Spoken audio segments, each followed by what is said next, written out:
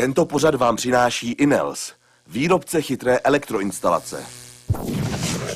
Šetřím energii a zároveň hubnu.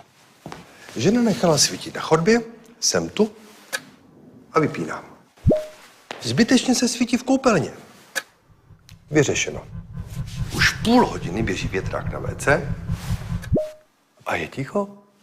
Už se těším na vyúčtování elektřiny. Se budou divit v té elektrárně. A možná se budete divit vy, Tomáši.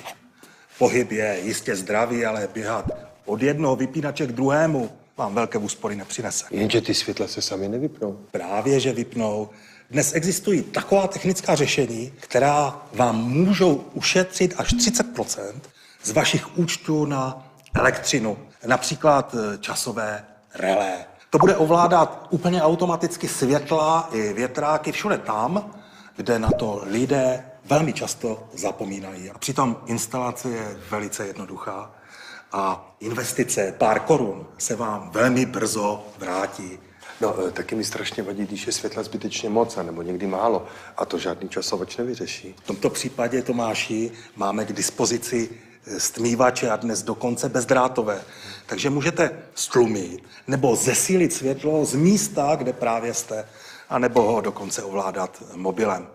Sám jistě dobře víte, že když je venku světlo, nemusíte svítit úplně naplno. I tak ušetříte. Takže nevypínat, neběhat, ale stmívat a časovat.